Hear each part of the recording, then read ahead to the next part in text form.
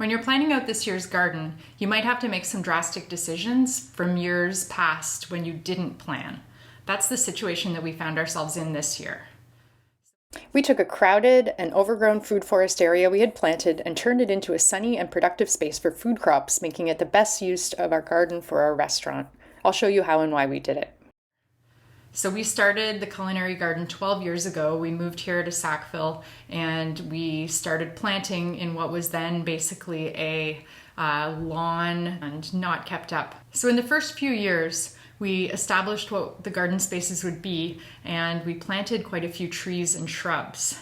And that's really exciting, and it's really important to do early on in your garden project because that's a long-term project and it's going to take a while. But really, we did it without planning out too much what we were going for in the longer term because we didn't really know.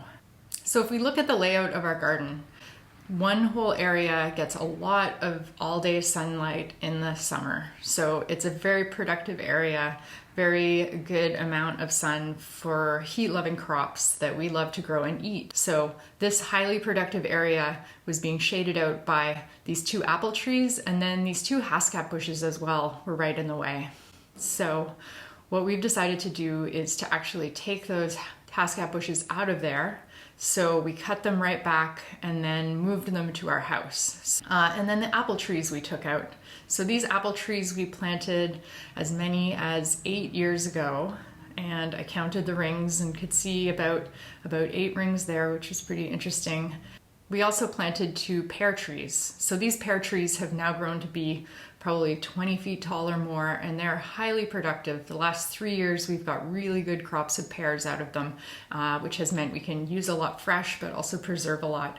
And so we're really excited about the pear trees. And really the pear trees, because they've grown so big, they cast shade on the garden in a way that really sort of filters down to the ground and doesn't block the sun from the raised beds. It does during certain times of the day, but not all day as well. They do create a bit of a cooling effect and give us some beds that aren't in direct sun, which was what we wanted. The pear trees really do it.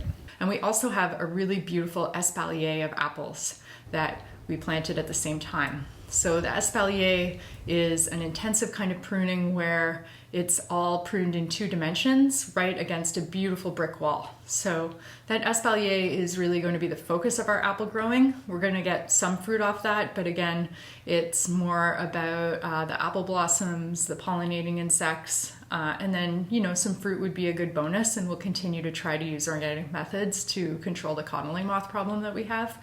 But having 2 other trees kind of just felt like too much. So what we're doing now is really placing the perennials more around the periphery of the garden and then focusing the center part on the raised annual vegetable beds. And I think that that's going to really be the best thing that we can do to maximize the growing potential in our garden. So I'm pretty excited about this year. It was hard to take down those trees, and well, it was actually pretty easy.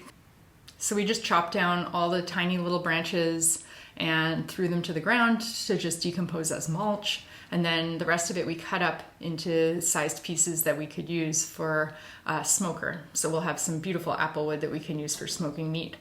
It's going to be interesting to see what the space looks and feels like without those trees. And I'm really excited about watching the transformation happen this year in our culinary garden. And I'm excited to show it to all of you too. It's going to be really fun.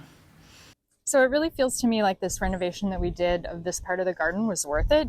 I would say the amount of food that we got out of these garden beds as opposed to the amount of food that we got from the trees and shrubs that were here in the food forest really can't be compared.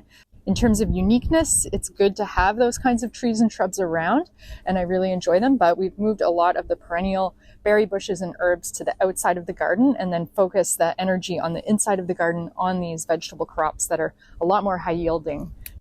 It can be really hard to change your garden layout around. I feel like you put so much work into it, and then when it's not working, it's hard to know why.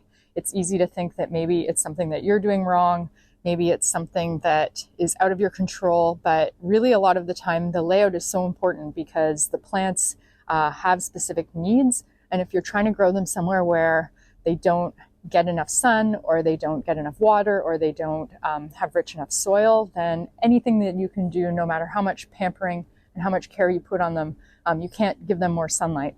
So I think that be bold and change around your garden layout when you think you need to, just to make sure that the plants that you're growing and the plants that you want to grow are growing in the right place, especially when we're trying to maximize how much food we can grow for our restaurant in a relatively small area. We really want to make the most of every patch of sun, of every hour of sunlight, of every piece of land that could be growing. We want to be growing things that we're going to use.